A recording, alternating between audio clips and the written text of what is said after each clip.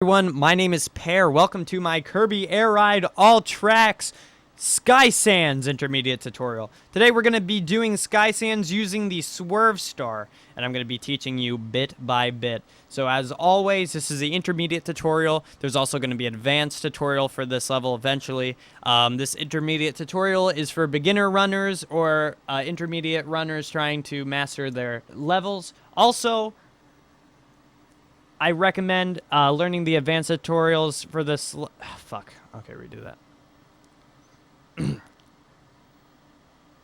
Hey everyone, my name is Pear. Welcome to Kirby Air Ride All Tracks Sky Sands intermediate tutorial. Today on Sky Sands, we're going to be using Swerve Star. This is the intermediate tutorial, which means this is good for beginning and also good for intermediate level players to, try to help them master their levels. And this is just basically what I do. This isn't the only way to do this. There's very many strats. The advanced tutorials are where the very optimized strats are going to be. But yeah, that's what's going on here. Also, I recommend practicing the advanced tutorials as soon as you are, or advanced levels as soon as you are comfortable with this game.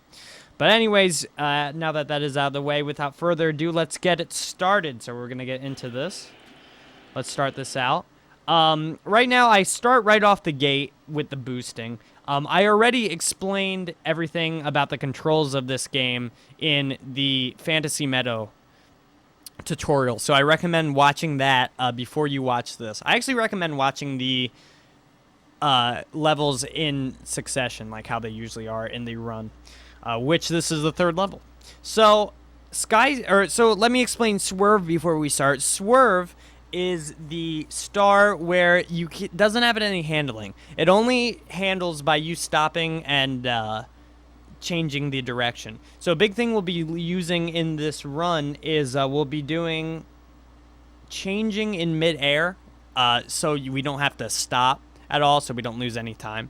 And also another thing we'll be doing in this run is spinning into a wall, causing a glitch. So in this game, with Swerve, when you spin into a wall at a certain angle, you go a little faster, as you'll see by the miles per hour. It basically goes from like 35 to 39 instead of hovering out around 30. If you see 39 in your miles per hour when you are doing the spin glitch, that means you do have the perfect angle.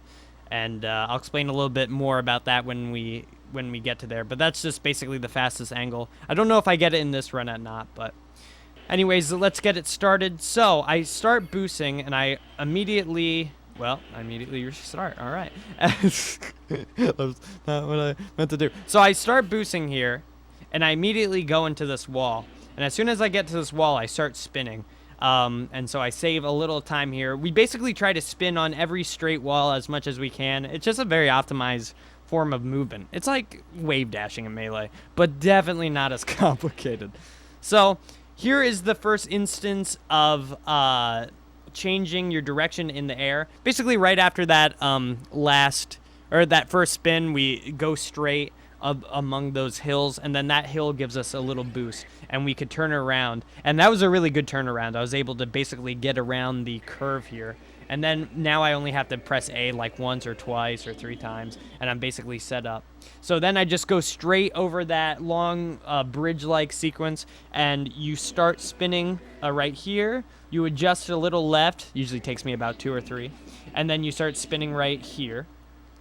And you spin down this whole thing. It'll probably take about 2 spins. Now you start pressing A a little bit, and you'll go off that jump, I guess, that little bump, and you'll be able to spin, or you'll be able to change your direction in air again. And basically, this is a little hard strat that saves a little bit of time, but you can spin all the way around and spin on that wall like I did there a little bit. Also, you'll kill the Waddle Dees, which might give you a little bit of a damage boost, but getting boosts and getting damage boosts from enemies on Swerve really doesn't matter since it's so fast anyways. It really doesn't save much time, if any.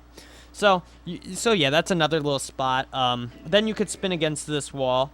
Then what I usually do is try to go right here and like land on that part, and then I could turn left, and I usually get the perfect, or not the perfect angle, but a good angle into that wall. Then I go around here. I get another spin into that wall. Then start holding right and readjusting. And yeah, and you know that's how you readjust quick. You hold the direction and then press A, and it goes automatically. So then you don't want to spin around there. You want to just like let it happen, and then turn around here, because if you're spinning too much, it could disorient you, and it's really not worth it. So then this is basically the hardest part of the level, really. I call it the hideout skip. You have to do it 3 times. It saves you a second. If you miss it, just spin straight into that wall. You see that right past the tornado spinny guy? You just spin into that wall, and then right after you're past it, press right. Or yeah, no, go right and then spin into a wall I'm about to show you. But basically what you do here is you adjust. It's going to take a little while to get that perfect adjustment right away, but you adjust right away, you press A on that switch, and you go right down in here, and then you could just do the spin. And this is the wall that right after that one wall you turn into, and you start spinning on here too. So it's basically you just have to go a little out of the way. It's not too big of a deal. You, like I said, you'll lose a second, maybe a little bit more. It's not a huge deal. But if you want a good time on this level, you're gonna want to have to go for that. So then, yeah, you spin around here, and then you adjust a little bit. This you really won't have to press A on at that part at all, because there's a lot of little jumps that you could change your angle in the air on. So then just go up here. Now right here you want to kind of have your angle set up a little bit so you could just press A and then spin right into this wall. Also, there was a tree there. You want to do the strat at least on this first lap, because you want to take out that tree, because you could get stuck on that tree and it's stupid. You didn't really see it that much, but yeah, there's a tree there that could stick you.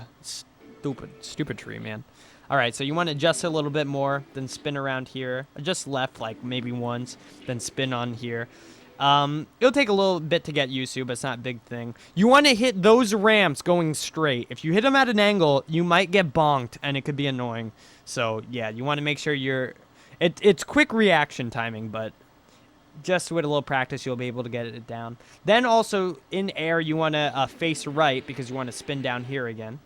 Now a good lap is shoot for 42s on all the laps. You could get 41s on the last 2 laps. That is a really good time, but also very hard to do. For beginning time, I'd say for the first lap, try to get a sub 47, sub 47. And for the second laps, I say around 45 or sub 45 or somewhere around there.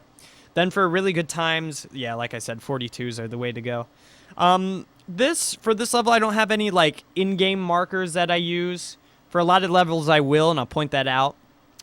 Also, by the way, just another random thing, this level is called Sandula in the Japanese version, so that's always great. All right, so once again, we'll adjust. That wasn't as good as an air adjustment as the other one, but then the same old things throughout this level. I grabbed the sword there, which really doesn't matter, but it's something you could do.